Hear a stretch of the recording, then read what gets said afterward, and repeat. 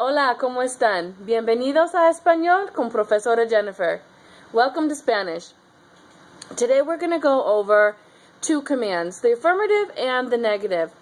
But before we do, we need to know what they are and when do we use them.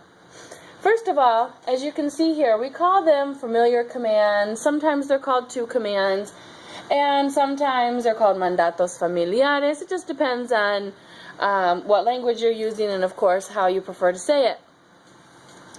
The first thing that we are going to talk about is when do we use the commands.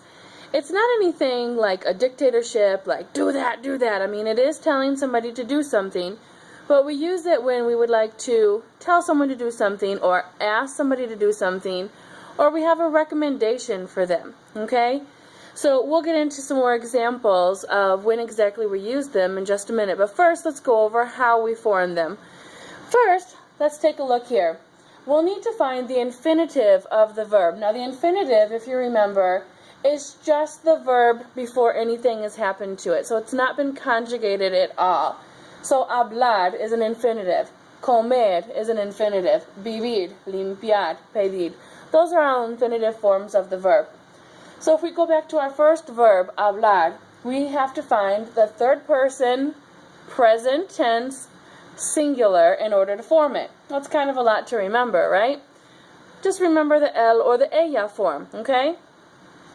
So if we can find the él or the ella form in the present tense, which is habla, we have the to command, which is habla. It's exactly the same thing, so that makes it really nice and simple.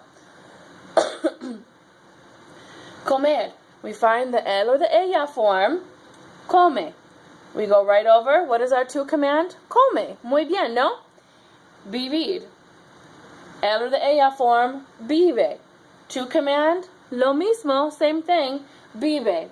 Limpiar, third person, present, singular, limpia, right? Limpia is also the to command. Pedir.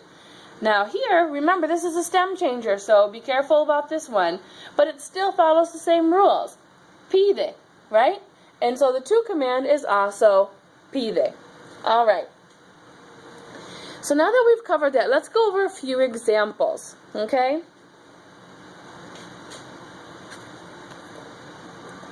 First one we have here, clean your room. This is something that I have to tell my son all the time. Limpia tu cuarto, okay? Limpia tu cuarto.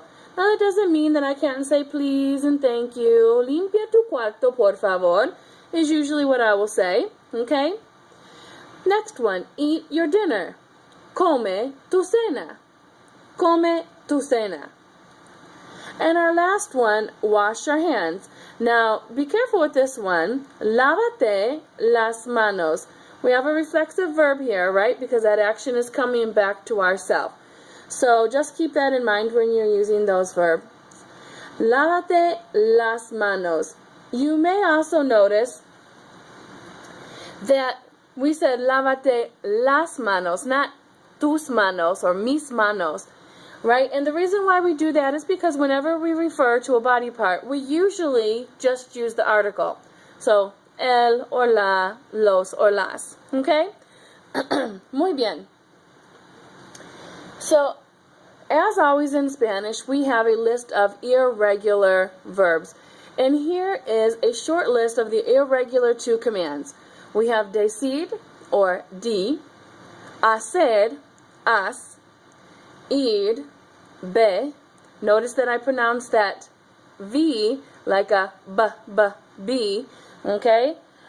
The V and the B both make the same sound. Poner, pon, salir, sal, ser, se, tener, ten, y venir, ven. Okay, it'll be a good idea to memorize this list. So let's take a look at a few examples that use some of these irregular to commands.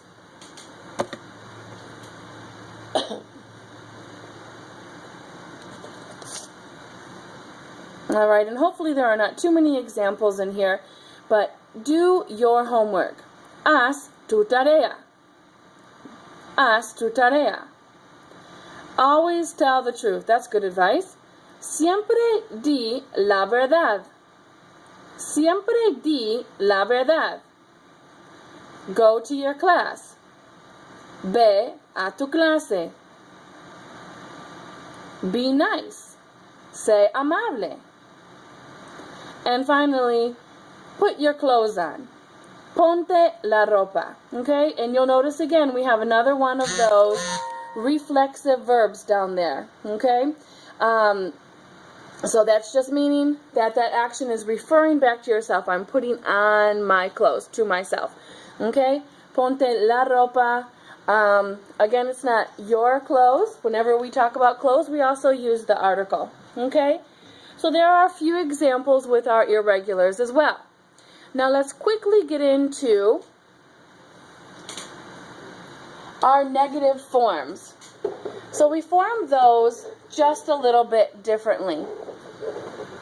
And as you can see here, we have our present tense, what we need to find.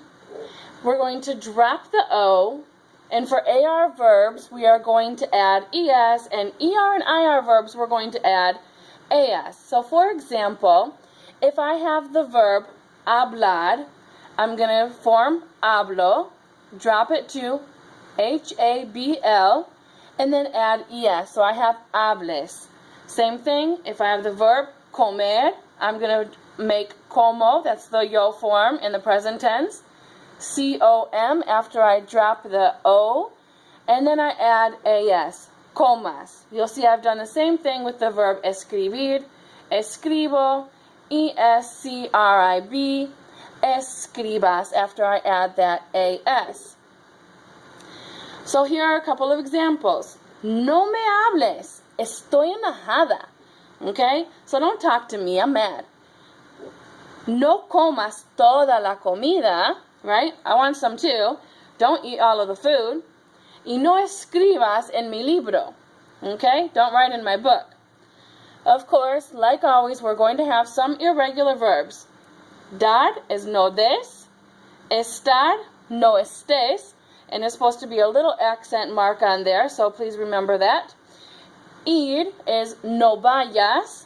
Saber is no sepas. And ser is no seas. Okay?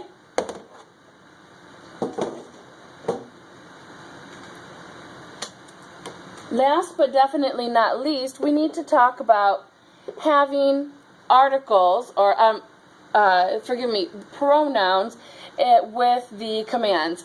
So we have our direct object pronouns here, and we have our indirect object pronouns there.